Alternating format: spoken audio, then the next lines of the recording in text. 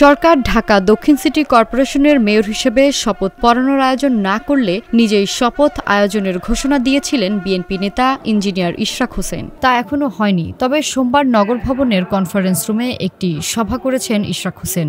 সেই সভার ব্যানারে ইশরাক হোসেনের নামের সঙ্গে মাননীয় মেয়রের লেখা দেখা গেছে।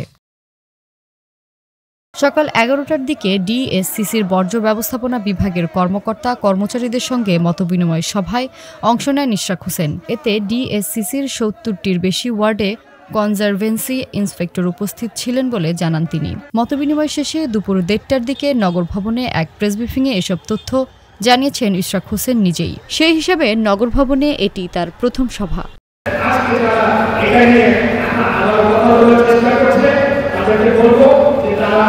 নিজেদের জ্ঞানকে আরেকটু পরিমার্জিত করে আরেকটু সমৃদ্ধ করে কারণ বাংলাদেশের নির্বাচন কমিশন কর্তৃক যে গ্যাজেট প্রকাশ করা হয়েছে সেখানে স্পষ্টভাবে উল্লেখ করেছে যে ঢাকা দক্ষিণ সিটি কর্পোরেশনের মেয়র হিসেবে আমাকে।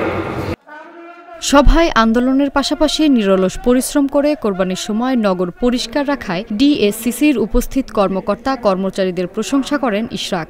এ সময় এই বর্ষা মৌসুমে নগরের কোথাও যেন এডিস মশার প্রজননস্থল গড়ে উঠতে না পারে এ বিষয়ে সতর্ক থাকার আহ্বান জানান।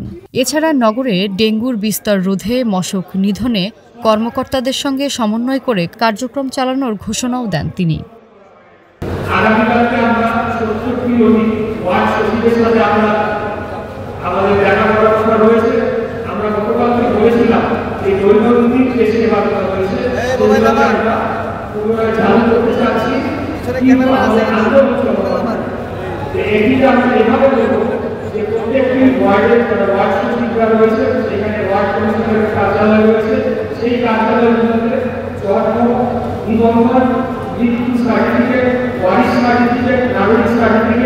এই আবেদনগুলো ওয়ার্ড কার্যালয়ের ওয়ার্ড সচিবদের মাধ্যমে জমা নেওয়া হবে এবং পরবর্তীতে সেগুলোকে প্রক্রিয়া করে তাদেরকে দেওয়া হবে।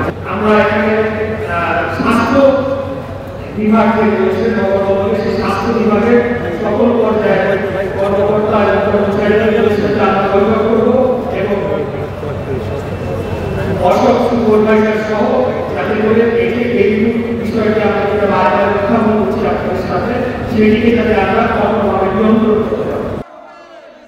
বর্তমান উপদেষ্টা পরিষদের ভূমিকা ও সরকারের সমালোচনা করে ইশরাক হোসেন তাকে দ্রুত আনুষ্ঠানিক শপথের আয়োজন করে দায়িত্ব বুঝিয়ে দেওয়ার আহ্বান জানান। অন্যথায় সর্বস্তরের মানুষের অংশগ্রহণে জনগণের আন্দোলন চালিয়ে যাওয়ার হুঁশিয়ারি দেন বিএনপির এই নেতা।